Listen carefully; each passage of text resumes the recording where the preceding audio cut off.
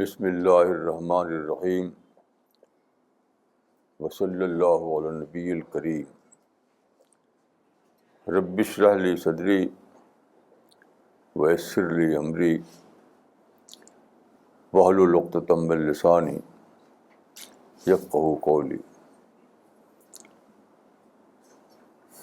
آج رمضان 1435 ہجری کی 28 تاریخ ہے۔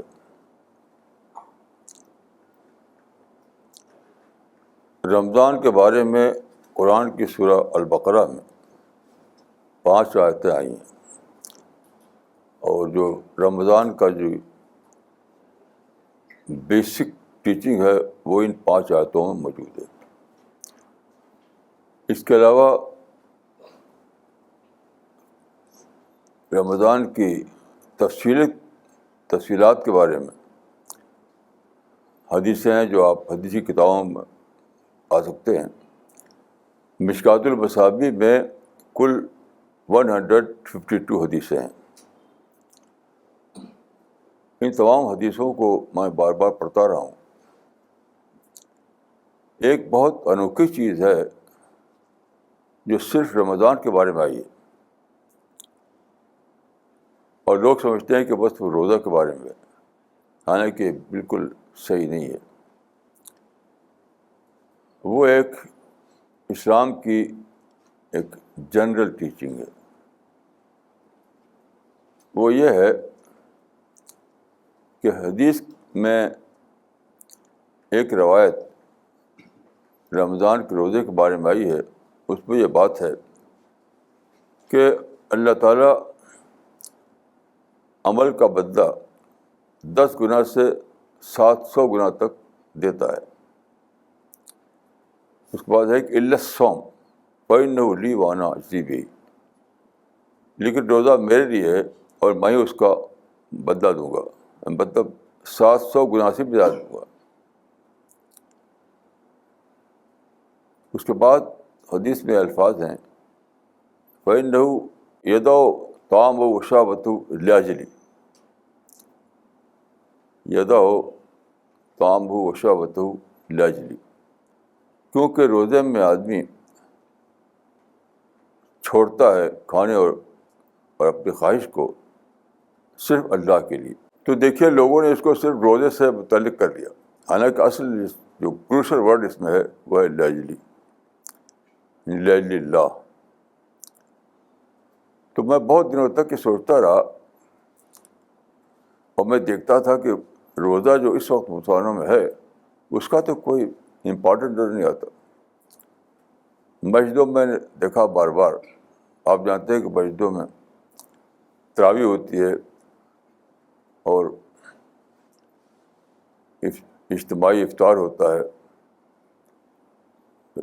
رمضان پر تقریریں ہوتی ہیں، لیکن اس میں کوئی جان نہیں، کوئی روح نہیں، بس کھانے پینے کی دھوم۔ ایک بار میں امریکہ میں تھا رمضان کے مہینے میں، تو لوگ مجھے لے گئے ایک مسجد میں، وہاں پر اجتماعی افطار تھا امریکہ کے مسلمانوں کا۔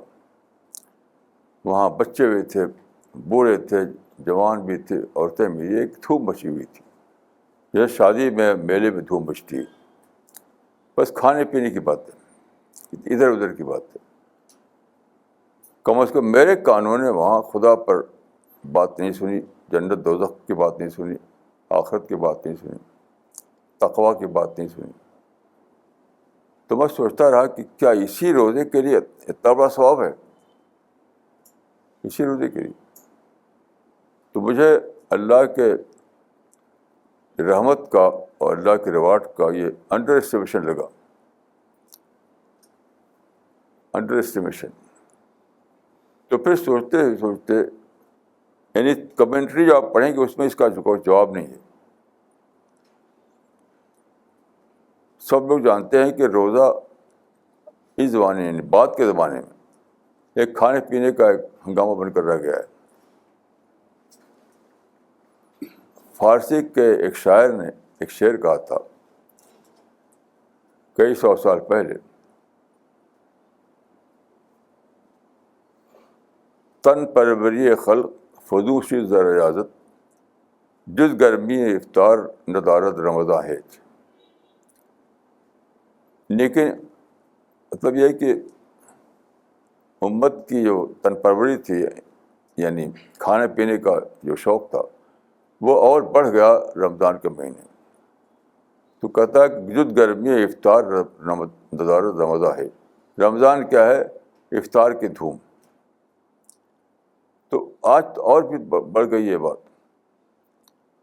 آپ کسی گھر میں جائیے جہاں روزہ رکھتے ہوں، کسی مسجد میں جائیے، انڈیا میں جائیے یا باہر کے ملکوں میں جائیے، ہر حد تک حرم میں جائیے، دھوم رہتی ہے کھانے پینے کی. لیکن کوئی خوف آخرت کی باتیں ہوں، یہ دھوم نہیں ہوتی. تو دیکھیے یہ جو اجر ہے، یہ جو لفظ ہے لاجلی، کہ وہ چھوڑتا ہے میرے لیے اپنی شہوت کو،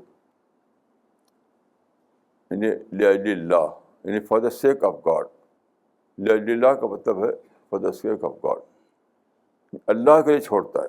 تو اللہ کے لیے چھوڑنا یہ تو ایک کوئی فارم کی بات نہیں، تو ویلیو کی بات ہے. فارم کسی ایک بات کے لیے ہو سکتا ہے، لیکن ویلیو تو یونیورسل چیز ہے.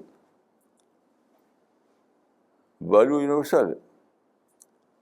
تب میں سمجھ آیا کہ یہ یونیورسل ویلیو جہاں پائی جائے اپنی پیور شکل میں، اپنی کمپلیٹ شکل میں، تو وہاں ایسا ہوگا کہ اللہ بے حساب ریوارڈ دے گا آدمی کو. دیکھیے جو ہم عمل کرتے ہیں، کوئی بھی عمل، تو ہم جس دنیا میں ہیں اس دنیا میں ہمارے ساتھ بہت سی چیزیں لگی ہوئی ہیں. اس بنا پر ہمارے ہر عمل کے ساتھ کچھ اور چیز جڑ جاتی ہے. مثلاً کوئی انٹرسٹ، پیسے کی بات، کوئی فیم کی بات، اسٹیٹس کی بات، کچھ نہ کچھ مٹیریل اسپیکٹ جڑ جاتا ہے اس میں. تو حدیث کا مطلب یہ ہے، for the sake of God کا مطلب یہ ہے کہ وہ عمل جو بندہ کرے جہاں ہر چیز ایلیمینیٹ ہو گئی ہو، کوئی بھی انٹرسٹ نہیں، کوئی انٹرسٹ نہیں، صرف اللہ کی رضا، صرف for the sake of God, real sense میں.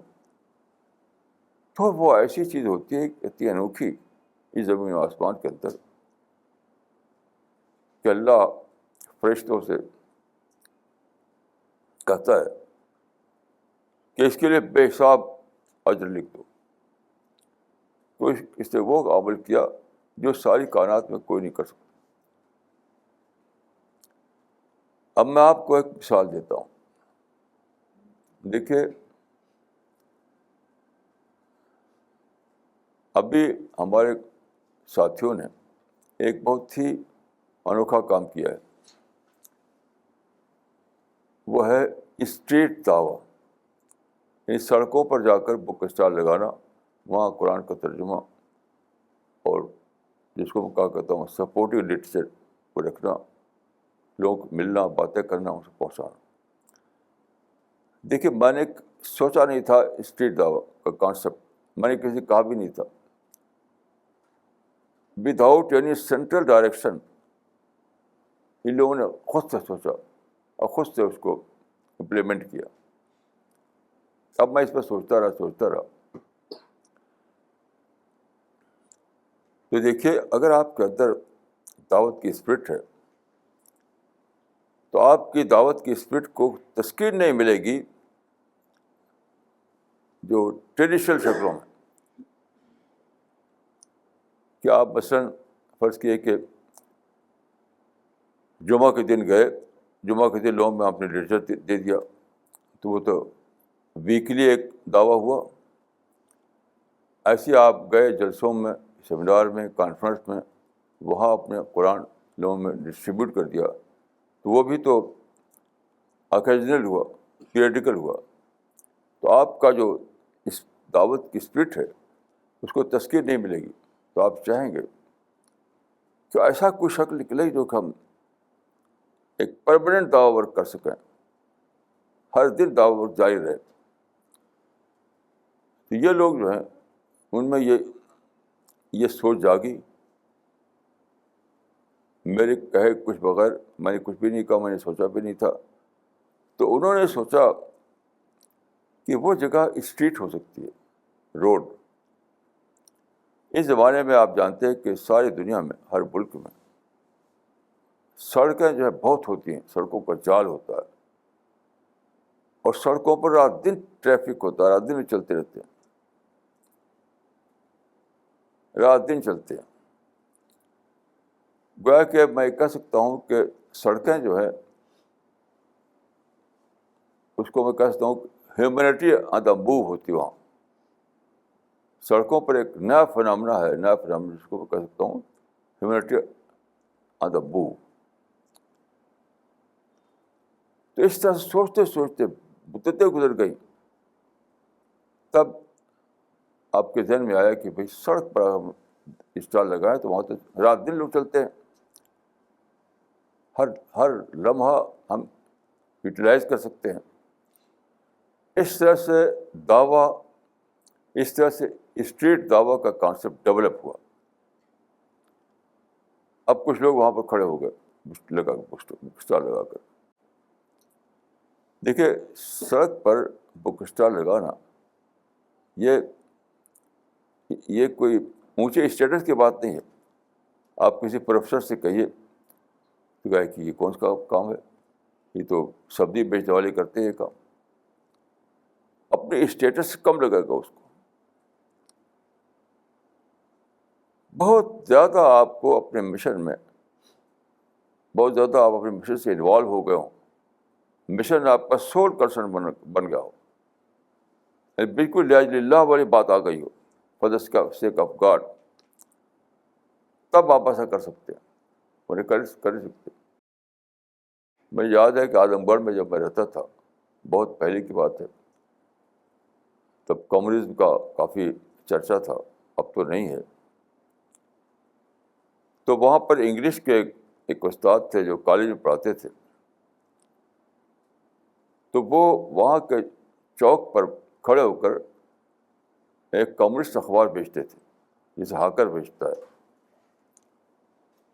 تو وہ لوگوں کو اخبار دیتے تھے, کہتے تھے کہ دیکھو ایسی پارٹی یا ایسا مشن کیسے سکسیسفل نہیں ہوگا جس کا حال یہ ہو کہ ایک پروفیسر روڈ پر کھڑا ہو کر کے اس کا اخبار بیچ رہا ہے. یہ جوش تھا ان کا. تو وہاں تو پارٹی کے لیے تھی, for the sake of party کی بات تھی. لیکن جو دعوت ہے, قرآن کا ڈسٹریبیوشن ہے, سپورٹڈ ڈیٹیل لوگوں کو پہنچانا ہے, اللہ کے پیغام کو لوگوں کو متعارف کرانا, یہ تو for the sake of God ہے. یعنی اللہ کے سوا کوئی بھی اس میں کوئی اور بات شامل نہیں ہے. آپ روڈ پر کوئی بک اسٹال لگا کر کے کھڑا ہو جائے, یہ معمولی بات نہیں ہے. بہت زیادہ آپ کو اٹیچمنٹ ہوگا دعوت سے, بہت زیادہ اللہ کا کنسرن بن چکا ہوگا, بہت زیادہ آپ جنت کو اپنا گول بنا چکے ہوں گے, تب ایسا ہوگا. تو میں سمجھتا ہوں کہ جو لوگ اسٹریٹ دعویٰ کر رہے ہیں وہ اللہ کی فہرست بات ہے. آپ کا کام اللہ کی جو لسٹ ہے, اس لسٹ میں ایک ہے سچا روزہ, واقعی روزہ, اسپرٹ سے بھرا ہوا روزہ. تو اس کی لسٹ بہت بڑی ہو سکتی ہے. کوئی بھی کام جو سچ مچ for the sake of God ہو, سچ مچ اللہ ہو, تو اس کی لسٹ میں آ جائے گا. تو جب میں نے دیکھا موبائل پر اس کا فوٹو کہ کچھ لوگ بک اسٹال لگا کے وہاں کھڑے ہوئے ہیں, لوگ آ رہے ہیں جا رہے ہیں, تو میں سوچا کہ یہ بلا شبہ وہی کام ہے جس کو حدیث میں اللہ کہا گیا، for the sake of God، for the sake of God۔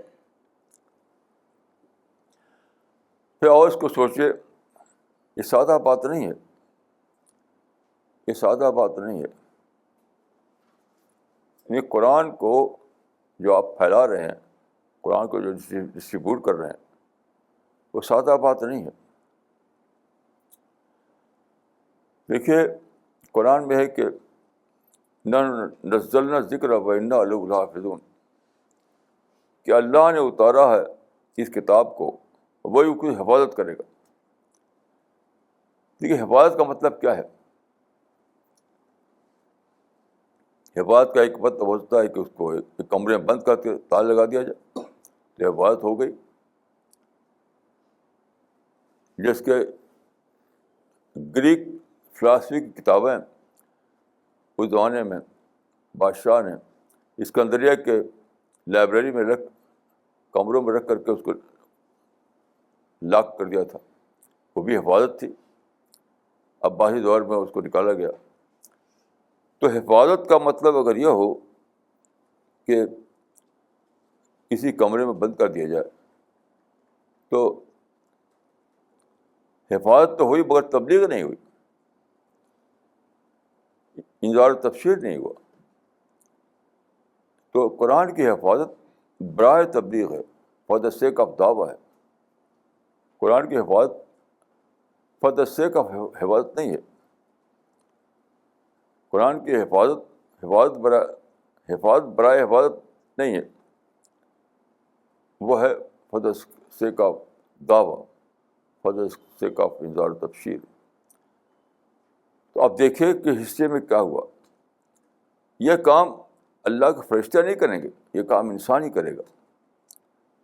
چنانچہ دیکھیے رسول اللہ صلی اللہ علیہ وسلم پر جب قرآن اترتا تھا تو آپ صحابہ کو سناتے تھے۔ آپ جانتے ہیں کہ اس زمانے میں پرنٹنگ پریس نہیں تھا، سب میموری پہ چلتا تھا، سب کچھ میموری پر۔ تو رسول اللہ نے سنا جبریل سے، پھر آپ نے سنایا صحابہ کو، صحابہ نے یاد کر لیا۔ اب صحابہ جو ہے مقری بن گئے۔ مقری معنی ہوتے ہیں پڑھ کر سنانے والا۔ اب جگہ جگہ وہ سنا رہے ہیں۔ That was first phase of دعویٰ، یعنی قرآن کو لے کر کے اپنی میموری میں اس کو محفوظ کر کے جہاں انسان ملے ان کو سنانا، جہاں انسان ملے اس کو سنانا، یہ تھا۔ پھر اگلا جو فیز ہے وہ ہے کہ لوگوں نے لکھا، اس کو ہاتھ سے لکھا۔ تب ہاتھ ہی سے لکھا جاتا تھا، ہاتھ سے لکھ کر کے کچھ مصحف تیار کیے۔ تب بھی کتنا لکھیں گے آپ؟ ہاتھ سے کتنا لکھیں گے آپ؟ زیادہ نہیں لکھ سکتے آپ۔ تو کچھ کاپی لکھے ہوئے قرآن کی تیار ہو گئی۔ اس طرح چلتا رہا۔ پھر آپ جانتے ہیں کہ مسجدوں میں، مدرسوں میں، جگہ جگہ پڑھا جاتا رہا، سنا جاتا رہا، لیکن کیا عربک ٹیکسٹ، اس کا جو چرچا تھا وہ عربک ٹیکسٹ کا چرچا تھا، عربک ٹیکسٹ۔ اس کے بعد جب پرنٹنگ پریس آیا 18ویں صدی میں، تو مسلمانوں نے اس کو چھاپا، یعنی پرنٹنگ، یہ پیپر بنا، پرنٹنگ پریس بنا، تو چھاپ کر کے ہر گھر میں، ہر مدرسے میں، ہر مسجد میں پہنچایا۔ تب بھی کیا تھا؟ Arabic text. 1000 سال تک قرآن جو ہے عربک ٹیکسٹ کی شکل میں لوگوں تک پہنچتا رہا۔ آپ غور کیجیے کہ قرآن میں تھا کہ لِیَکُونَ لِلْعَالَمِینَ نَذِیرًا، یعنی سارے عالم کے لیے نذیر بنے، سارے عالم کے لیے وارنر بنے، وارنر۔ تو سارے عالم تک کہاں پہنچا؟ دنیا میں تو 1000 لینگویج ہیں، صرف عربی تو نہیں ہے۔ تو 1000 سال تک قرآن صرف ان لوگوں کی چیز بنا رہا جو عربک لینگویج جانتے ہوں، یعنی ان ادر ورڈس مسلمان کے لیے قرآن مسلمان کی کتاب بنا رہا. لوگوں تک پہنچانے کے لیے ضرورت ہے اس کا ٹرانسلیشن کیا جائے. دیکھیے یہاں پر یہ بات سمجھ لیجیے کہ قرآن میں چونکہ یہ لکھا ہوا نہیں ہے کہ اے مسلمانوں قرآن کا ٹرانسلیشن کرو تاکہ لوگ سمجھیں. اس لیے ہمارے علماء ٹرانسلیشن ہی کو ناجائز سمجھتے رہے. اسی دلی میں بہت ہی عجیب بات ہے، یہی دلی میں ایک تھا بہت بڑا عالم شاہ ولی اللہ دہلوی کو کہا جاتا ہے، پہلی بار انہوں نے پرشین میں ترجمہ کیا. پرشین میں ترجمہ کیا تو لوگوں کو مارنے کے دوڑے، مارنے کے اسی دلی میں گھر میں چھپ گئے وہ، کیونکہ سمجھتے تھے کہ قرآن کا ترجمہ نہیں ہونا چاہیے.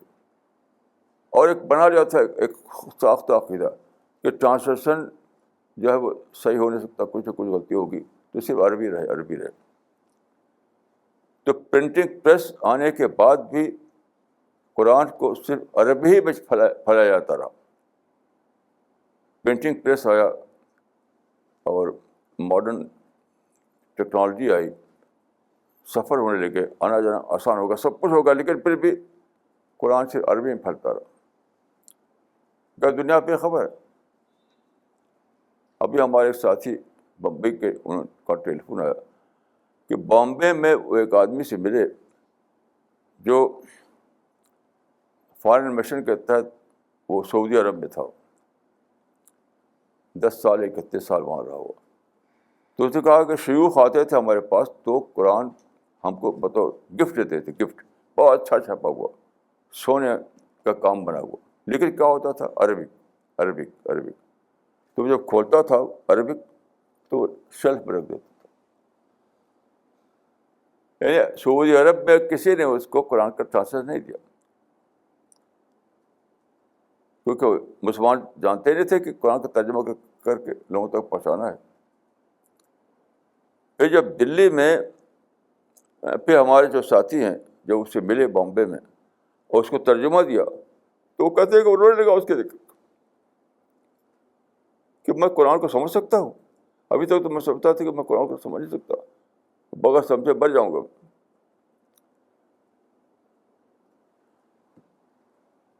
تو ہمارے جو ساتھی ہیں یہ مت سمجھیے کہ وہ سادہ کام کر رہے ہیں، وہ قرآن کے ڈسیمیشن کا فائنل فیز ہے. قرآن اترا تو ایک تھا کہ اس کو محفوظ کیا جائے، دوسرا تک ڈسیمنیٹ کیا جائے، اس کو پھیلایا جائے. تو محفوظ تو ہو گیا لیکن ڈسیمنیشن کا کام ساری دنیا تک ابھی باقی تھا، کیونکہ بغیر ٹرانسلیشن کا نہیں ہو سکتا تھا. لوگوں نے ٹرانسلیشن جو بھی کیا وہ بھی اس میں عربک ٹیکسٹ شامل کر دیا، اور پھر بھی وہ اپریچیبل نہیں رہا غیر مسلموں کے لیے. ہمارے مشن میں اللہ کے فضل سے لوگوں نے اس رات کو جانا، مختلف زبانوں میں قرآن کے ترجمے چھاپنے لگے، وہ اردو میں، ہندی میں، انگریزی میں، پرشین میں، فرینچ میں، جرمن میں. تو اللہ کے فضل سے ہمارے ساتھیوں کو توفیق ملی کہ وہ کام کو کر رہے ہیں، ہر جگہ کر رہے ہیں. سفر میں ہیں تب بھی لوگوں کو دے رہے ہیں، کانفرنس اور جلسے میں لوگ آتے ہیں تو وہاں پہ جا کر دے رہے ہیں. ابھی کل کی بات ہے، یہاں ایک سیمینار تھا تو ہمارے ساتھی قرآن کا ایک بنڈل تو لے کے گئے تھے وہاں دینے کے لوگوں کو، لیکن بہت ٹاپ کے لوگ تھے وہ. یہ ابھی کل کی بات ہے، امریکن سب تھے. تو وہاں لوگوں کی ہمتیں ہو رہی تھی کیسے وہاں جا کر قرآن بانٹے لوگ. تو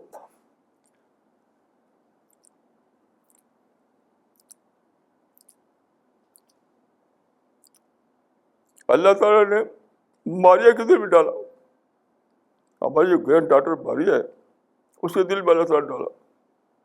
وہ جا کر آرگنائز اسمبلی جو جس نے آرگنائز کیا تھا تو اس کو بات کیا اور وہ راضی ہو گیا. پھر سارے امریکنس پر اور جو لوگ تھے وہاں پر سب کو جا کر قرآن دیا گیا. تو دیکھیے قرآن کا ٹرانسلیشن ڈفرینٹ لینگویجز میں جو آپ دنیا میں پھیلا رہے ہیں, یہ سادہ بات نہیں ہے. یہ قرآن کے اشاعت کا فائنل فیز ہے.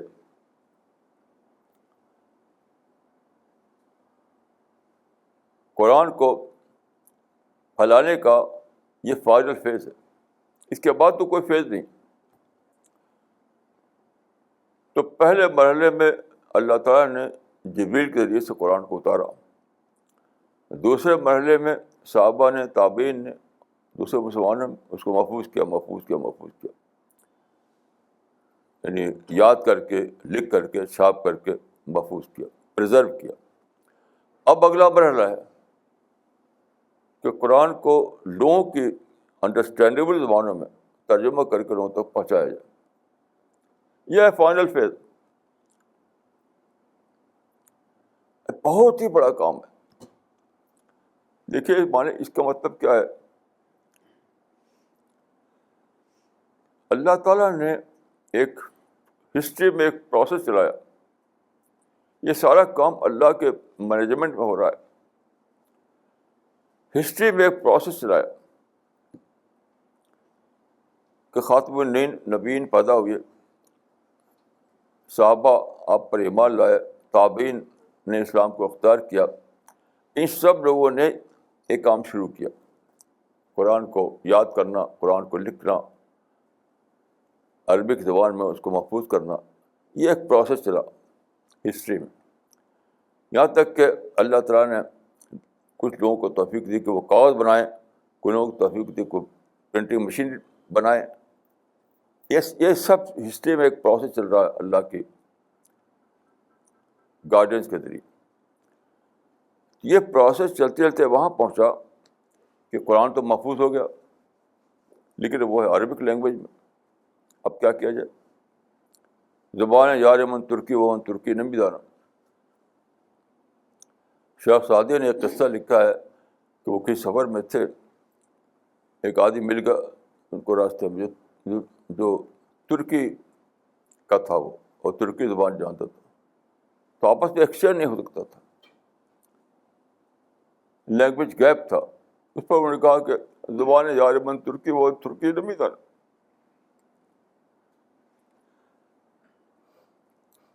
The language of my friend is Turkish. I don't know Turkish. تو ساری جو انسانیت ہے سائلنٹ لینگویج میں ایک بات بول رہی تھی کہ میرے خدا کی زبان عربی ہے اور میں عربی جانتا نہیں, اب کیا کروں؟ اللہ نے جن انسانوں کو بنایا ہے ہر ایک کے اندر سچائی کی طلب رکھی ہے. ہر آدمی سیکر ہے. Everyone is a born seeker. جو چاہے منہ سے نہ بولے, اس کے نیچر, اس کی فطرت کہہ رہی ہوتی ہے کہ مجھے سچائی کو جاننا ہے, مجھے سچائی کو جاننا ہے. تو یعنی اس کو اگرچہ اس کا کانشیسلی وہ نہیں جانتا, شعوری طور پر نہیں جانتا, لیکن غیر شعوری طور پر یقین ہر آدمی یہ کہہ رہا ہے کہ زبان یار من ترکی و من ترکی نہیں جانا. میرے رب کی زبان تو عربک ہے اور میں عربک جانتا نہیں. کتنا بڑا لینگویج گیپ ہے, کتنا بڑا لینگویج گیپ. اب جو لوگ یہ کر رہے ہیں کہ قرآن کا زبان قرآن کا ٹرانسلیشن ڈفرینٹ لینگویج میں بہت ہی اچھے انداز میں ان کی انڈرسٹینڈیبل زبان میں ترجمہ کر رہے ہیں اور لوگ پہنچا رہے ہیں. یہ بلا شبہ لیجلی کا واقعہ ہے, for the sake of God کا واقعہ ہے, اور بلا شبہ اس کے اوپر وہی ریوارڈ ہے جو قرآن میں, جو حدیث میں آیا ہے, فَإِنَّهُ لِي وَأَنَا أَجْزِي بِهِ, کہ یہ لوگ یہ کام میرے نہیں کر رہے. جو لوگ قرآن کا ترجمہ ساری دنیا تک پہنچا رہے ہیں وہ بے نہیں کر رہے، میں ان کو بے حساب اجر دوں گا، بے حساب.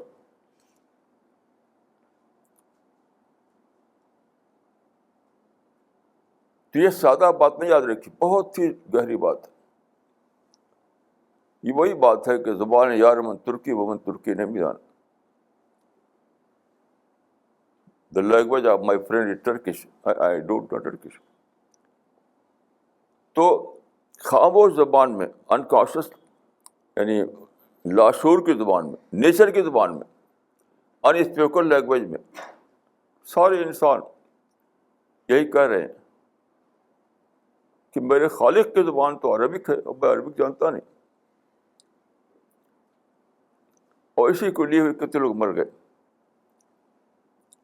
جیسے وہاں پر ہم پڑھتے ہیں کتابوں میں کہ رسول اللہ کی بعثت سے پہلے عرب میں کچھ لوگ ہوتے تھے جن کو حنفا کہا جاتا تھا. حنفا کا مطلب ہوتا ہے سیکر. تو رسول اللہ کی بعثت نہیں ہوئی تھی، ابھی قرآن نہیں اترا تھا، تو اس وقت وہ سیکر تھے، سچے سیکر. تو ان میں سے کئی لوگوں کے بارے میں آتا ہے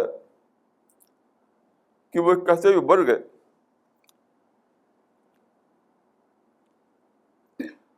کہ خدایا میں نہیں جانتا کہ میں تیری ورشپ کیسے کروں. اگر میں جانتا تو میں اسی طرح تیری ورشپ کرتا ہوں.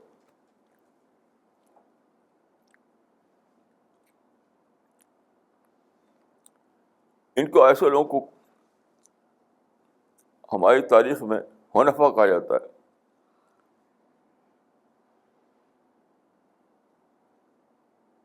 اس کا مطلب ہے، لفظی ترجمہ تو نہیں ہے لیکن اس کا مطلب ہے سیکر. تو وہ ایک کہتے ہوئے مر گئے تو خدا میں جانتا کہ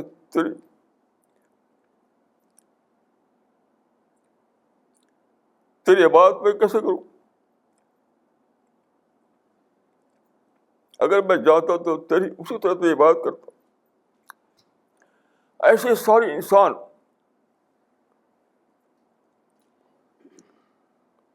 ان اسپوکن لینگویج میں کہہ رہے ہیں خدا میں نہیں معلوم کہ تیری کتاب میں کیا لکھا ہے. اگر ہم جانتے ہیں کہ تیری کتاب میں کیا ہے تو ہم اسی کو فالو کرتے.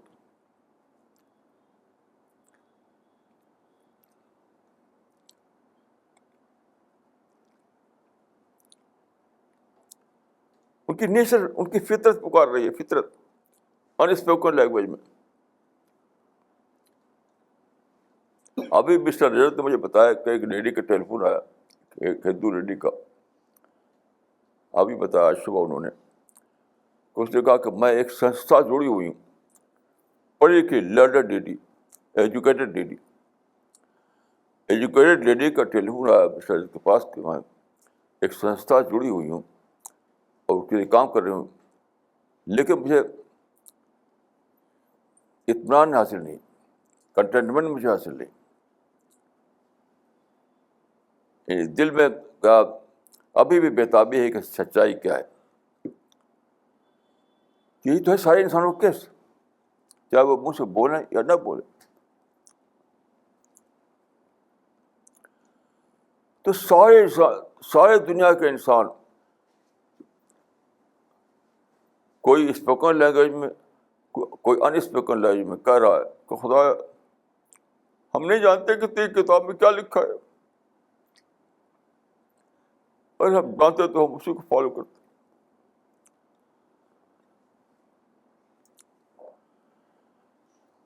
تو جو لوگ قرآن کا ترجمہ تیار کریں، اس کے اچھے انداز میں چھاپیں، اس کو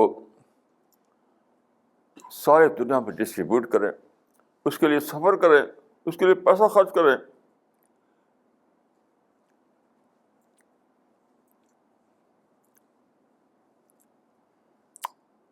اس کے لیے پلاننگ کریں، اس کے لیے ٹیم بنائیں،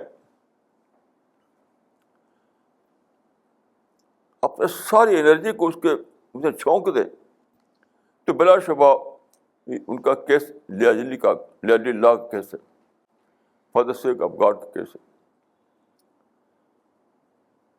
جس کے بارے میں کہا گیا ہے کہ فَإِنَّهُ لِي وَأَنَا أَجْزِي بِهِ، کہ اس کے لیے وہ میرے لیے، یہ کام میرے لیے، اور اس کا میں بے حساب اجر دوں گا. جیسا کہ میں نے بتایا کہ حدیث میں یہ ہے کہ ایک عمل کا ثواب 10 گنے سے 700 گنا تک ہوتا ہے، لیکن جو کام للہ ہو، purely for the sake of God ہو، تو بلین ٹریلین سے بھی زیادہ اس کا ثواب ملے گا، یعنی بلین ٹریلین گنا سے بھی زیادہ ثواب.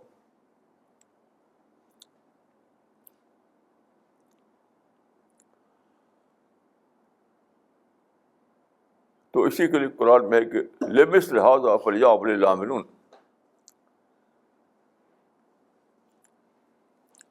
پیچھے ہے وہ کام جس کے لیے وہ دوڑے، جس کے لیے وہ اپنی رات کی نیندیں ان کو اڑ جائے، جس کے لیے ان کے جیب کے پیسے اپنی جیب کو خالی کر دے، جس کے لیے اپنی انرجی کو استعمال کرے، جس کے لیے اپنے کمائی کو، اپنے وقت کو، ہر چیز کو لگا دے. لمثل ھذا فلیعمل العاملون.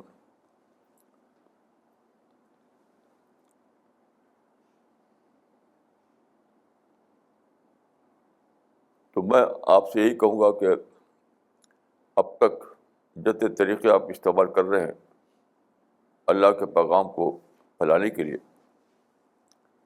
اور جو طریقے آپ سوچ کر شامل کیجیے. ہم آپ کو کوئی طریقہ نہیں بتائیں گے. اگر یہ ممکن ہوتا کہ ہم کوئی لسٹ بتا دیتے طریقوں کی، اتنے میتھڈ ہے اس طریقے سے آپ پھیلا سکتے، اچھی بات نہ ہوتی، کیونکہ اس سے مطلب تھا کہ آپ کے ریوارڈ گھٹ گیا، آپ کا انعام گھٹ گیا. میں نہیں سمجھتا کہ یہاں پر کوئی ایسے سینٹرل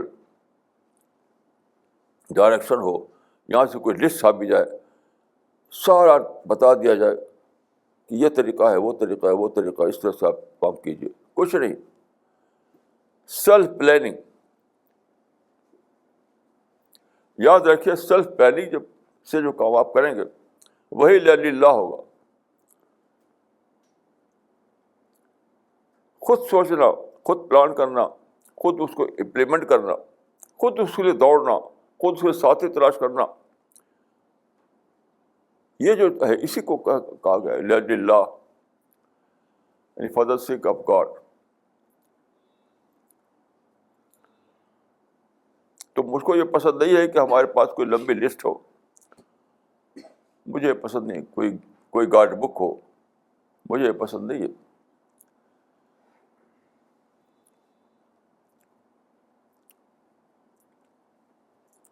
کیونکہ پھر آپ کا کام للہ نہیں رہے گا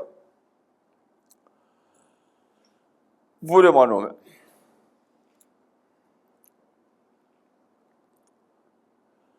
آپ کے کام کو للہ for the sake of God بنانے کے لیے ضروری ہے کہ آپ سب کچھ خود اپنے مائنڈ کو ایکٹیویٹ کریں، اپنے مائنڈ کو ایکٹیو کریں، خود سوچیں، خود پلان کریں، خود اس کے اسباب جمع کریں، خود ساتھی بنائیں، خود ٹیم بنائیں. اور اس میں ایک بات میں یہ شامل کرنا چاہتا ہوں کہ اجتماعی کام میں سب سے بڑا جو فتنہ ہے وہ کیا ہے؟ یہ جو کام ہے دعوت کا، اس میں لازماً اجتماعی کرنا پڑے گا. اکیلا آپ کریں گے تو بڑا کام نہیں ہوگا، مل کر کریں گے تبھی بڑا کام ہوگا. پرانا مسئلہ اکیلا چلا کیا بھاڑ پھوڑے گا. تو ایک شخص تنہا بڑا کام نہیں کر سکتا. دعوت کا کام بڑا کام بنانے کے لیے ضروری ہے کہ اس کو اجتماعی طور پر کیا جائے، ٹیم کی شکل میں کیا جائے، ٹیم ورک کے طور پر کیا جائے. لیکن میں آپ کو بتانا چاہتا ہوں کہ ٹیم ورک کا سب سے بڑا دشمن کیا چیز ہے، وہ کون سی چیز ہے جو ٹیم ورک کے سب سے بڑی دشمن ہے. جس طرح لکڑی کا سب سے بڑا دشمن دیمک ہوتا ہے, لکڑی کا سب سے بڑا دشمن دیمک ہوتا ہے. دیمک ایسا کھا جاتا ہے لکڑی کو کہ آپ کوئی بچاؤ نہیں کر سکتے اس کا. تو اجتماعی کام کا جو دیمک ہے وہ ہے شکایتی نفسیات, شکایت, کمپلین. سب سے بری چیز ہے, کیونکہ اجتماعی کام میں ہمیشہ آپس میں ڈفرینسز آتے ہیں. ایک کی بات دوسرے کو اچھی نہیں لگتی. کہیں لگتا ہے کسی کو کہ میرا تو درجہ گھٹ گیا, کسی لگتا ہے کہ کسی درجہ بڑھ گیا, کہ کہتا ہے کہ فلاں کو زیادہ اہمیت دے دی گئی, مجھے اہمیت دے دی گئی. اس طرح سے سینکڑوں شکلوں میں ایسی باتیں پیدا ہوتی ہیں جو ڈیولپ ہو کر شکایت بنتی ہیں, کمپلینٹ بنتی ہیں. اسی سے اجتماعیت ٹوٹتی ہے. میں آپ کو جو فارمولہ دینا چاہتا ہوں, فارمولہ کہ شکایت پیدا ہو تو وہیں کا وہیں اس کو کل کر دیجیے, اس کی پوچھ گچھ مت کیجیے. صحابہ کا طریقہ یہی تھا. صحابہ کی شکایتیں پیدا ہوتی, سب سے برا کام یہ ہے کہ شکایت کی آپ پوچھ گچھ کریں. پوچھ گچھ کر کے کبھی ختم نہیں ہوگا. کوئی آپ کو شکایت پیدا ہوئی تو جا کے پوچھیں آپ, تو یہ بس وجہ کہ ختم ہو جائے گی, کبھی ختم نہیں ہوگی. میرا تجربہ ہے, اور یہ سائیکالوجی بتاتی ہے کہ شکایت اگر پیدا ہو گئی تو وہ کبھی ختم نہیں ہوتی, کبھی ختم نہیں ہوتی. تو شکایت کو جو کہتے ہیں نپنگ ان دا بڈ کا فارمولہ پکڑیے, نپنگ ان دا بڈ, کہ وہیں دل میں پیدا ہو وہیں کچل دیجیے. ہمیں پوچھ گچھ نہیں کرنا ہے, ہمیں اس کو کچھ پتہ نہیں کرنا ہے, وہی کبھی ختم.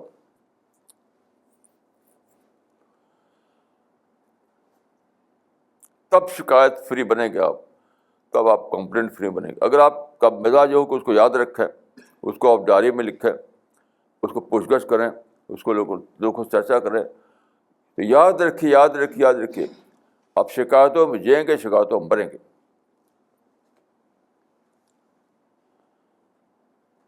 اور پھر اجتماعی تقاضے آپ پورا نہیں کر سکیں گے, ٹیم ورک کا حصہ نہیں بن سکیں گے آپ,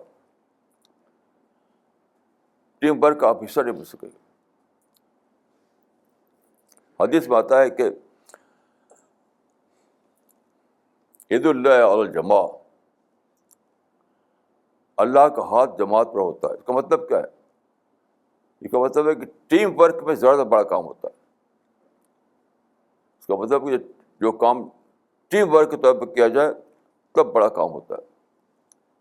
اور ٹیم ورک کا جو سب سے جڑ کی بات ہے کہ لوگ اپنے آپ کو کمپلینٹ فری بنائیں. کوئی شکایت نہیں, کوئی شکایت اللہ کے حوالے, خدا جانے. مجھے شکایت کو مطلب نہیں. یہی ہے لاجل اللہ for the sake of God.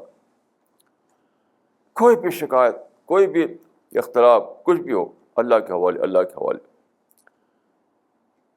یہ سوچنا کہ مجھے تو بھائی دین کا کام کرنا ہے, باقی باتیں اللہ جانے. تو اس وقت جو ہے آپ ایک ایسے 21 سینچری میں ایسے مقام پر پہنچے ہیں کہ آپ جو ہسٹوریکل پروسیس اللہ نے چلایا تھا قرآن کا, اس کا فائنل فیز آپ ادا کر سکتے ہیں. فائنل فیز کہ ساری دنیا تک اللہ کا پیغام پہنچائے, اس کی اپنی انڈرسٹینڈیبل لینگویج میں. اللہ کا پیغام اس کی اپنی انڈرسٹینڈیبل لینگویج میں پہنچائے ہر آدمی تک. یہ ہے فائنل فیز. تو یہ فائنل فیز جو ہے ٹیم ورک کے ذریعے بغیر نہیں ہوگا. اور ٹیم ورک کے لیے ضروری کہ آپ میں ہر شخص کمپلینٹ فری بن جائے. یعنی شکایت کو 100 بچوں کی طرح سمجھے.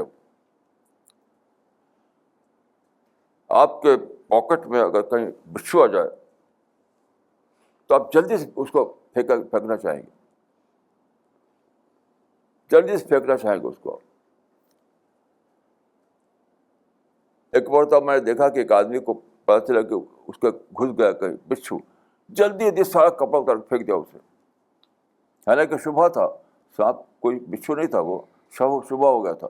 سارا کپڑا جلدی اتارا, کپڑا پھٹ بھی گیا. تو آپ کے دل میں کوئی شکایت آتی ہے آپس میں ایک دوسرے کی, تو اس کو سانپ بچھو سمجھیے, پھینکیے اس کو, پھینکیے. کوئی تحقیق نہیں, کوئی پوچھ گچھ نہیں, کچھ نہیں. شکایت جنوین ہے کہ غیر جنوین, کوئی تحقیق نہیں. تب جا کر آپ ٹیم ورک بنا پائیں گے, اور تب جا کر آپ صحیح معنوں میں, جو میں نے کہا کہ ایک ہسٹوریکل پروسیس چلایا تھا 1400 سال سے چل رہا تھا, وہ اس کا آپ فائنل فیز ہے 21 سینچری, آپ اس کا حصہ بن پائیں گے. اور پھر آپ کو وہ ریوارڈ ملے گا وہ جو بلین ٹریلین سے بھی زیادہ ہوگا.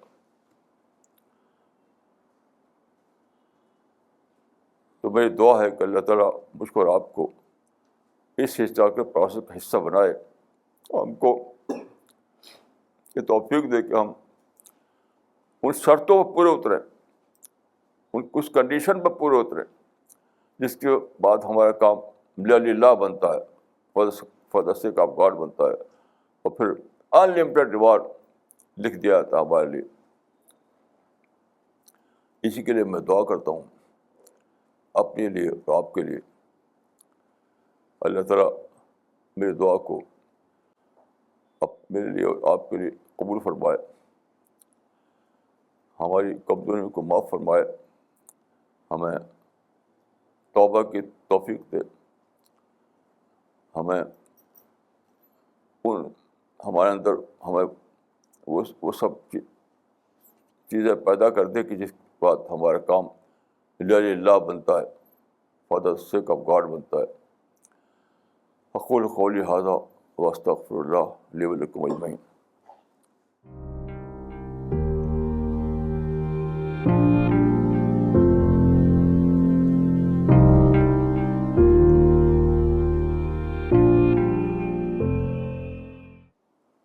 مولانا آج کے ٹاک کو لے کے ابھی ایک کامنٹ آیا ہے, اور یہ کامنٹ بھیجا ہے مسٹر کمل کوٹھاری جی نے, جو پونے میں اس وقت دیکھ رہے ہیں یہ ٹاک. تو انہوں نے لکھا ہے کہ on the first day of holy month of شرونا, lucky I could log in for the lecture. What a highly emotional but very powerful message. Selfless service to the Lord without expectations. Do not complain and whine. Exactly what I strive to do during this month. May Maulana ji keep guiding us all and humanity at large for many, many more years to come. May God grant him a long life. Eid Mubarak to him and all at CPS. مولانا ایک کلیم صاحب کا comment آیا تھا, وہ پڑھنا چاہیں گے. اور جیسے مولانا ماریا کے دل میں آپ نے بتایا اللہ تعالیٰ نے ڈالا, اور ماریا نے ہمت کر کے بات کری اور قرآن ڈسٹریبیوٹ ہوا, تو کلیم صاحب کا بھی ایک ایکسپیرینس ہے مولانا, سملر ایکسپیرینس. انہوں نے لکھا ہے, at the end of our week long professional development course at La Salle university Philadelphia, I gave out copies of Quran translation to my class of 12 fellow teachers from different schools and 2 professors who facilitated the program. I was little hesitant at first to give out the copies of Quran, as it is customary here that no one talks about religion and politics inside classrooms. But to my surprise, everyone was happy and appreciative and said very thoughtful Kaleem. Lessons learned from this experience: shed hesitation and distribute Quran anywhere and everywhere. And God will help you, and God will help mankind. ماشاءاللہ ماشاءاللہ. مولانا صاحب, اگر ہمارے اندر spirit کم ہو رہی ہو, ہمیں محسوس ہو رہا ہو کہ اسپرٹ کم ہو رہی ہے پہلے کے کمپیریزن میں, تو اس کو کیسے ری ڈیولپ کیا جائے؟ بس یہی بات ہے جو میں نے آج کہی, ان کو خوب سوچیے کہ اس میں ریوارڈ انلمیٹڈ ریوارڈ ہے. انلمیٹڈ ریوارڈ والی بات خوب سوچیے اس کو. تو پھر اسپرٹ کبھی کب نہیں ہوگی. اس پوائنٹ کو خوب سوچیے کہ یہ جو لاج اللہ والا کام ہوتا ہے فار اس کے purely for the sake of God, تو وہ اس کا انلمیٹڈ ریوارڈ ہوتا ہے. بس اسی کو سوچتے رہیے خوب, بس ریوائو ہوتا رہے گا.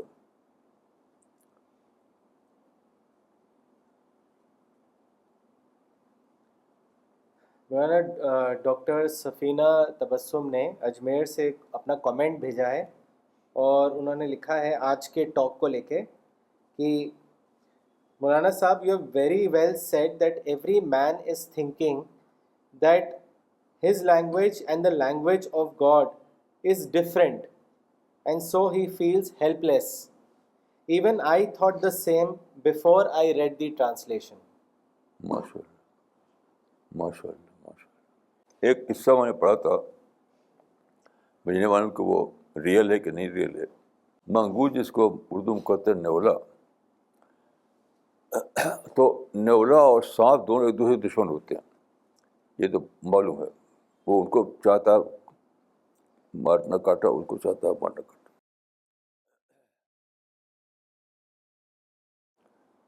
تو میں نے پڑھا تھا کہ نیولا میں اور جب سانپ پہ لڑائی ہوتی ہے تو نیولا جو ہے یعنی خون ہو جاتا ہے لڑائی کرتے کرتے, سانپ کاٹتا ہے اس کو. تو نیولا بھاگ کر جھاڑی میں جاتا ہے. تو جھاڑی میں کوئی جڑی بوٹی ہوتی ہے, وہ جانتا ہے, وہ اس کو وہ لیتا ہے. تو پھر اس کو پھر طاقت آ جاتی ہے, یعنی ری انرجائز کرتا ہے اپنے کو. پھر آتا ہے لڑنے کے لیے, پھر سانپ سے لڑتا ہے, پھر سانپ کاٹتا ہے اس کو, تو پھر جاتا ہے وہ, تو بار بار آپ لوگ کو ری انرجائز کرتا ہے. یہ اسٹوری جو ہے مجھے نہیں معلوم کہ بالکل ریئل ہے کہ نہیں ریئل ہے. ہمارے آپ کے لیے اس میں ایک سبق ہے کہ جب بھی اسپرٹ کم ہوتی ہے تو ہم سورس کی طرف لوٹے. سورس, اور سورس کیا ہے؟ قرآن ہے, رسول اللہ کی سیرت ہے, صحابہ کے واقعات ہیں. تو ان چیزوں کو جو ہم پڑھیں گے تو وہ اسپرٹ جو ہے ریوائو ہوتی رہے گی. صحابہ ہی کرتے تھے, اور کوئی دوسرا طریقہ اس کے لیے نہیں ہے. یہی چیز آپ سوچیے کہ کتنی بڑی تھرلنگ بات ہے کہ اللہ نے اعلان کیا ہے کہ جو کام للہ ہو, purely for the sake of God ہو, تو اس کا انلمیٹڈ ریوارڈ ہے. کتنا تھرلنگ کانسیپٹ ہے یہ. تو جب اس کو آپ سوچیں گے اور اس کو سوچیں کہ قرآن آیا تھا ساری دنیا کے لیے, لیکن رہ گیا عربوں تک, رہ گیا عربی جاننے والوں تک رہ گیا, لوگ تو پہنچے نہیں. تو قرآن کا گول ہی پورا نہیں ہوا. نزل الفرقان علی عبدہ لیکون للعالمین نذیرا, یعنی اللہ نے اتارا قرآن اپنے بندے پر, رسول پر, تاکہ وہ سارے عالم کے لیے وارڈر بنے. تو وارڈر کہاں بنا؟ جب لوگ اس کی لینگویج ہی نہیں جانتے تو وارڈر کیسے بنے گا وہ؟ تو اس کو معنی ہے کہ یہ چیز اتنی بڑی ہے کہ سوچیں آپ, تو آپ بالکل ہیرو بن جائیں گے. ہیرو کہ اللہ کا پیغام لوگوں تک پہنچے نہیں.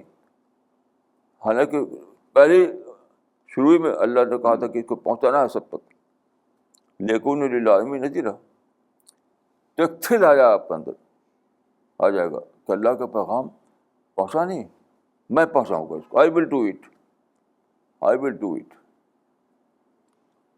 آئی ول ڈو اٹ.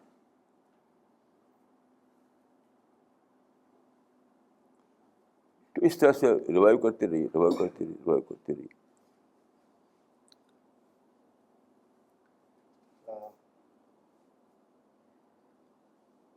مولانا ادریس صاحب اور شبانہ نے رائے پور سے اپنا کامنٹ بھیجا ہے, انہوں نے لکھا ہے کہ after today's lecture we have no questions and we have no complaints. ماشاء اللہ.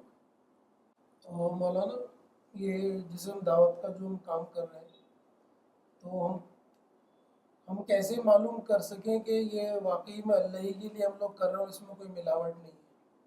ریاکاری سے کیسے بچیں؟ کیا کہہ رہے ہیں؟ کہ مولانا جو ہم لوگ دعویٰ ورک کر رہے ہیں تو یہ کیسے پتہ چلے کہ یہ دعویٰ کا جو ایفرٹ ہے وہ اللہ کے لیے ہی ہے، اس میں کوئی ملاوٹ نہیں ہے؟ ہاں دیکھیے، یہ بہت اہم کوشچن ہے. تو صرف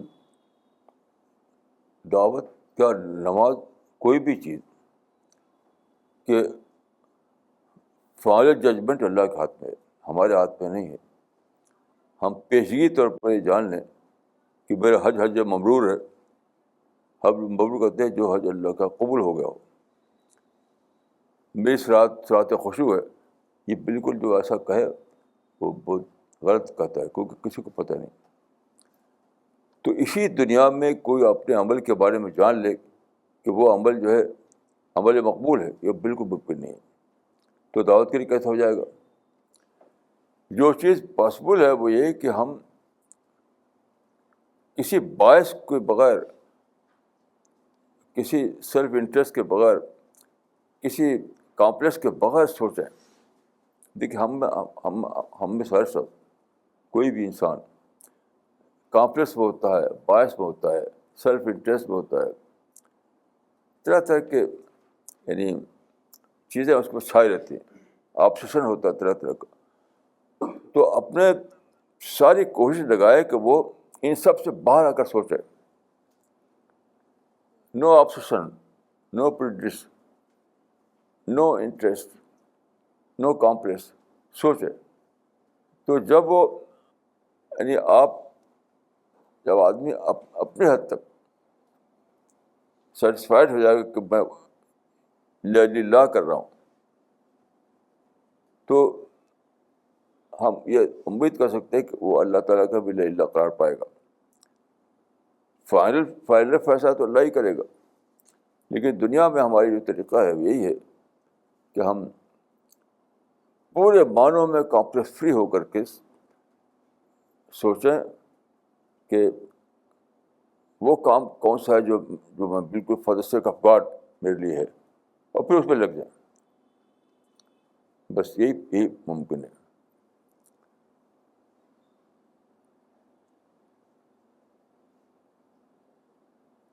فائنل ورڈ ہمارا بن جائے تو کبھی نہیں ہو سکتا. فائنل ورڈ ہمیشہ اللہ کا رہے گا. لیکن فائنل تھنکنگ تو آگے بڑھ سکتی ہے. ایک ہے فائنل ورڈ، وہ بلا شبہ اللہ کا رہے گا، لیکن فائنل سوچ تو میری بڑھ سکتی ہے. میں یہ تو کر سکتا ہوں کہ میں اپنے آپ کو کامپلیکس فری بنا کر کے سوچوں. یہ تو پاسبل ہے.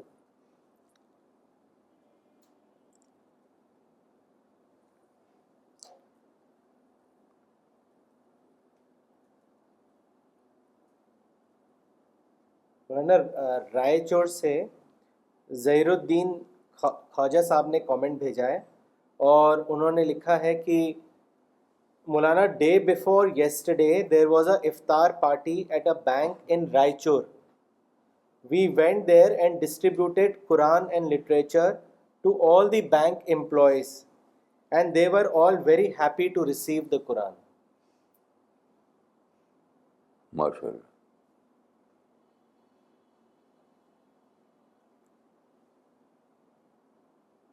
مولانا نغمہ آپا نے ایک سوال بھیجا ہے. انہوں نے لکھا ہے کہ when there are differences between us and others, it is due to Satan's influence. How can we save ourselves from Satan? What is your advice to us? دیکھیے سیٹن سے تو کوئی نہیں بچا سکتا. وہ تو رسول پیغمبر کے ساتھ بھی ہوتا ہے.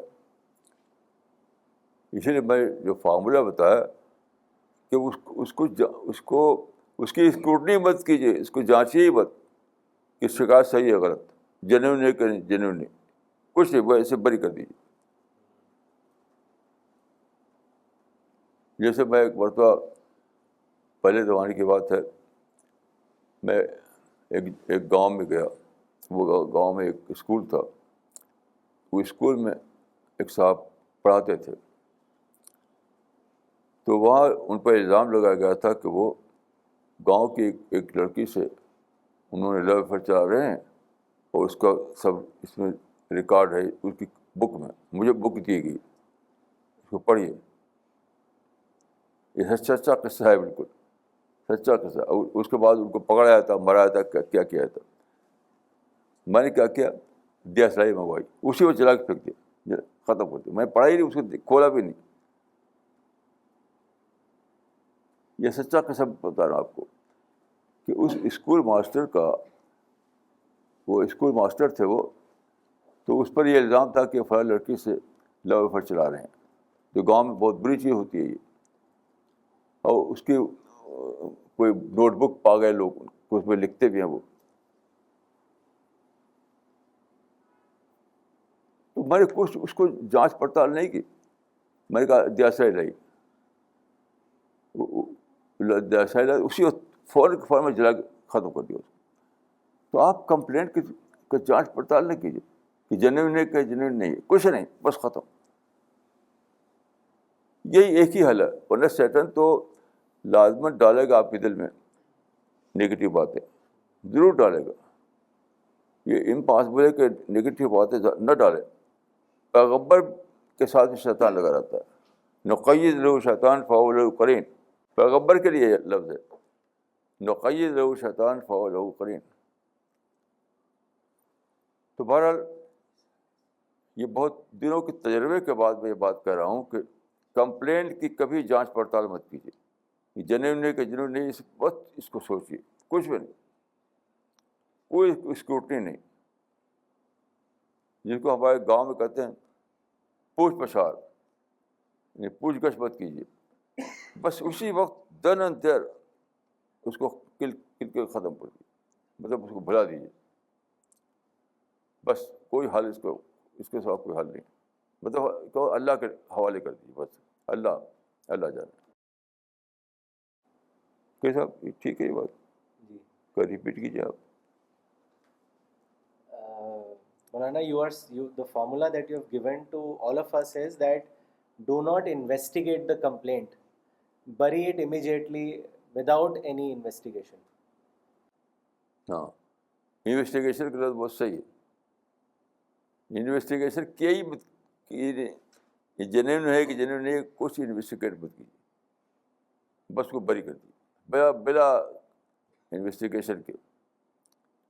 بس اور کوئی اس کا حل ہی نہیں. میں بہت اس پر بہت برسوں تک میں سوچا ہے، کیونکہ میرا تجربہ ہے کہ کبھی ختم نہیں ہوتی. اگر آپ پوچھ گچھ کریں گے، پوچھ گچھ، وہ کچھ کہے گا آپ کچھ کہیں گے، وہ کچھ کہے گا آپ کچھ کہیں گے، بس چلتی رہے گی. بس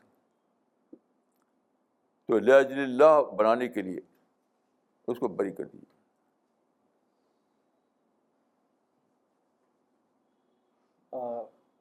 مولانا اگلا کامنٹ مولانا اقبال عمری نے بھیجا ہے چنئی سے، اور انہوں نے لکھا ہے کہ مولانا سارے رمضان میں الیکٹرانک میڈیا پر صرف الرسالہ مشن ہی دعا اور دعوت کر رہا ہے، باقی سارے لوگ مسجدوں میں بدعائیں اور واٹس ایپ اور میڈیا میں ادعوت کی باتیں کر رہے ہیں.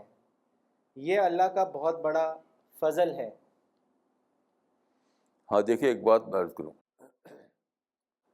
دلی کے اردو اخبار میں ابھی چند دن پہلے ایک بڑا سا اعلان چھپا، اور اس میں اعلان تھا کہ فلاں فلاں علماء نے یہ کا فتویٰ دیا ہے کہ مسلمان مسجدوں میں دعا قنوت نازلہ پڑھے. قنوت نازلہ کا مطلب ہوتا ہے بد دعا، اسرائیل کے خلاف. اچھا، اس میں لکھا تھا انہوں نے کہ رسول اللہ سے بد دعا ثابت ہے. اور لکھا تھا کہ مدینے میں ایک واقعہ ہوا تھا، بیر معونہ کہتے ہیں اس کو.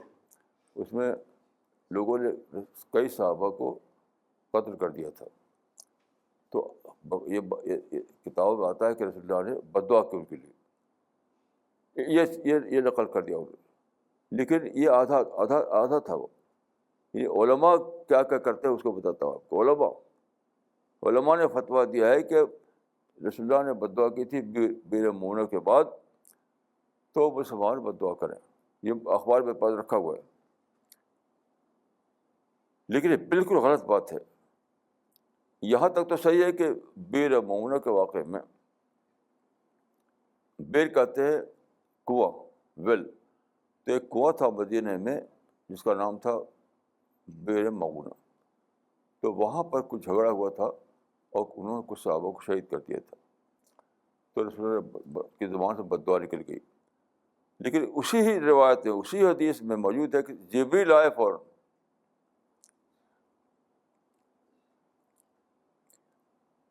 اور ان کا کہ آپ کو بد دعا کا حق نہیں, لیس لک من امر شیء. اس کے بعد کتنے ظلم ہوئے اس واقعے کے بعد. رسول اللہ نے کبھی بد دعا نہیں کی. اس سے زیادہ واقعہ ہوا تھا احد میں کہ 70 صحابہ کو انہوں نے مار ڈالا, شہید کر دیا. خود رسول اللہ کے دانت ٹوٹ گئے. رسول اللہ نے بد دعا نہیں کی. یعنی بیر مونا سے سینکڑوں گنا زیادہ بڑا واقعہ ہوا احد کی شکل میں, جبکہ انہوں نے 70 صحابہ کو شہید کیا. اور آپ جانتے ہیں کہ احد کی لڑائی کہاں ہوئی تھی؟ وہ مدینے کی سرحد پر ہوئی تھی, مکہ کی سرحد پر نہیں. یعنی مسلمان یہاں سے مارچ کر کے نہیں گئے تھے مدینہ سے مکہ, وہاں لڑے تھے. نہیں, وہ لوگ آئے مدینہ کی سرحد پر لڑی انہوں نے. لیکن رسول اللہ نے بد دعا نہیں کی کیونکہ چھوڑ چکے تھے آپ. کتنی زیادہ غلط بات ہے کہ رسول کا حوالہ سے ایسی بات کہی جائے جو رسول اللہ نے نہیں کی. میرے پاس اخبار موجود ہے, کوئی کسی کو شک ہو تو اگر دیکھ لے میرے پاس, آفس سے موجود ہے یہ اخبار میرے پاس. اتنی غلط رہنمائی کرتے تھے, مس لیڈ کرتے ہیں یہ لوگ, مس لیڈ کرتے ہیں. اب یہی بات کلیئر ہوئی, جس بتائی اس کو جس کیا. مولانا, you mentioned about an advertisement recently in one of the Urdu paper where the advertisement said that because of the atrocities that is being done in Israel, so they called upon every Muslim to do badua for them, and they cited بد دعا. badua, and they cited the incident from Prophet's life that once there was a companion who was killed. Some company. Some companions were killed, and so Prophet did badua for Jews. But you said that this is half story which the ulemas are conveying to people. The real story is that at that point of time, Gabriel came down and he told Prophet of Islam that he is not allowed to do badua. So you are saying that ulemas do not convey the full thing, and doing badua is not right, as we can see from Prophet's life. جو رسول اللہ نے چھوڑ دیا تھا اس کو قطع کرنے کے لیے, اور یہ ساری دنیا میں ہو رہا ہے. امریکہ میں جائیں تو وہاں بھی مسجدوں میں قنوت نازلہ پڑھی جا رہی. قنوت نازلہ کا طریقہ ہے کہ فجر کی نماز کے بعد امام جو ہے پڑھتا ہے وہی اللہم اہلکہم اللہم دمر دیارہم اللہم شتت شملہم. کس قدر یہ غلط بات ہے کہ جو کام رسول اللہ نے نہیں کیا وہ اس کو مسلمان کر رہے ہیں. یہاں سے لے کر امریکہ تک, ہر جگہ, عرب جائیے, عرب میں, انڈیا میں, پاکستان میں, عرب میں, یورپ میں, امریکہ میں, ہر جگہ مسلمان فجر کی نماز کے بعد قنوت نازلہ پڑھتے ہیں, یعنی بد دعا. بالکل غلط ہے یہ. تو مولانا وہ آپا بتا رہی ہیں کہ کل جب وہ جہاں پہ پارٹیسپیٹ کرنے گئی تھیں اور آپا اسپوک اباؤٹ اسلام, تو وہاں پہ ایک کویشچن پٹ اپ کیا گیا تھا آپا کو, that you are saying that what Muslims are doing is misinterpretation. the political interpretation that they are doing, and you are giving a different interpretation. So the question that was asked to her is, how do we know which one is correct? بہت آسان ہے, آپ compare کیجیے. مثلا میں نے حوالہ دیا آپ کو کہ سارے علماء کہتے ہیں کہ بد دعا کرو, بد دعا کرو, بد دعا کرو, اور عمل کیا نہیں, لیکن جس حدیث کو لے کر بد دعا کر رہے اسی میں منع ہے. آپ اس کو دیکھ لیجیے, کس کتاب میں؟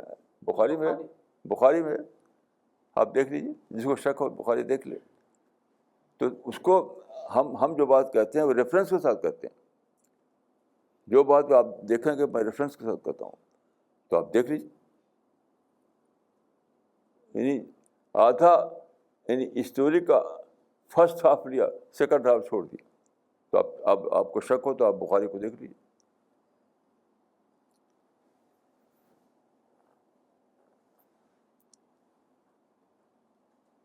ایسے جو کچھ میں نے لکھا ہے پولیٹیکل انٹرپریشن کے خلاف, سب میں ریفرنس دیے ہیں میں نے. وہ ریفرنس کو لے کر آپ دیکھیے, چیک کیجیے, چیک کر کے آپ معلوم کر لیں گے.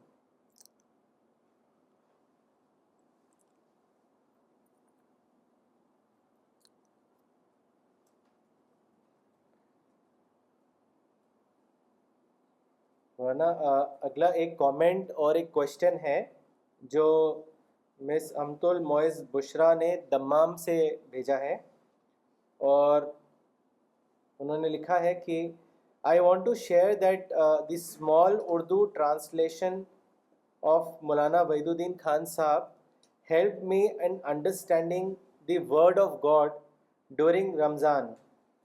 I could see and understand the translation during Salat when Imam was reciting verses from the Quran. It was really a new and thrilling experience for me, as if Allah is talking to me directly. May Allah reward Jannat to Maulana as he made it easier to carry this small translation in Urdu, as earlier it was not possible to carry a big Quran while offering namaz. اور انہوں نے ایک سوال کیا ہے مولانا, انہوں نے سوال بھیجا ہے کہ somebody told me that reading Quran while salat comes under amle kasir and it is not permittable. Is it true? کیا مطلب؟ ہاں کیا مطلب؟ ریڈنگ سے مطلب ہے ڈاکٹر صاحب کہہ رہے ہیں کہ شاید کہ سامنے دیکھ کے رکھ کے پڑھنا. بہرحال یہ کہیں ایسا ہے رواج کہ تراویح میں کوئی حافظ موجود نہیں ہے تو وہ قرآن سامنے رکھ کے پڑھتے ہیں. میں اس کو صحیح نہیں سمجھتا. اگر حافظ نہیں ہے تو آپ الحمد للہ کیف کی تراویح پڑھیے. ایک تراویح ہوتی ہے جو الحمد للہ کیف کی تراویح کہی جاتی ہے, یہ چھوٹی صورتیں جو ہیں اس کو پڑھتے ہیں. تو میں اس کو صحیح نہیں سمجھتا کہ سامنے قرآن رکھ کے پڑھیں آپ. اگر حافظ اویلیبل نہیں ہے تو آپ الحمد للہ کیف والی تراویح پڑھ لیجیے. مجھے لگتا ہے یہ جاننا چاہ رہے ہیں کہ جو تراویح کے ٹائم پہ جب ٹرانسلیشن لوگ اکثر سامنے رکھ کے نا ٹرانسلیشن پڑھتے ہیں, تو کیا ٹرانسلیشن پڑھنا مناسب ہے جب امام تراویح پڑھ رہے ہیں؟ کیا کہہ رہے ہیں مولانا اکثر لوگ نا جب تراویح پڑھی جاتی ہے تو ٹرانسلیشن سامنے رکھ کے پڑھتے ہیں کہ سمجھنے کے لیے کہ کیا بولا جا رہا ہے تراویح کے ٹائم پر. نہیں بالکل چاہیے کہ کیا یہ مناسب ہے؟ بھائی ترجمہ ہو یا بغیر ترجمہ, میں نزدیک غلط ہے یہ. حالت سے پڑھیے آپ ترجمہ. تراویح میں ترجمہ پڑھنے کی ضرورت ہے. تراویح میں ترجمہ شامل کرنا میں اس کو غلط سمجھتا ہوں. آپ الگ سے ترجمہ پڑھیے, 1000 بار پڑھیے, اور دیکھ کر قرآن تراویح پڑھنا میں اس کو صحیح نہیں سمجھتا, کیونکہ نہ صحابہ نے پڑھا نہ تابعین نے پڑھا. یہ کوئی ایسا نہیں ہے کہ اس زمانے کے لوگ سامنے رکھ کر کے تراویح پڑھتے ہوں. یہ تو ایک بدعت ہے میرے نزدیک. تو اگر آپ کے پاس حافظ نہیں ہے تو آپ الحمد للہ والی تراویح پڑھیے.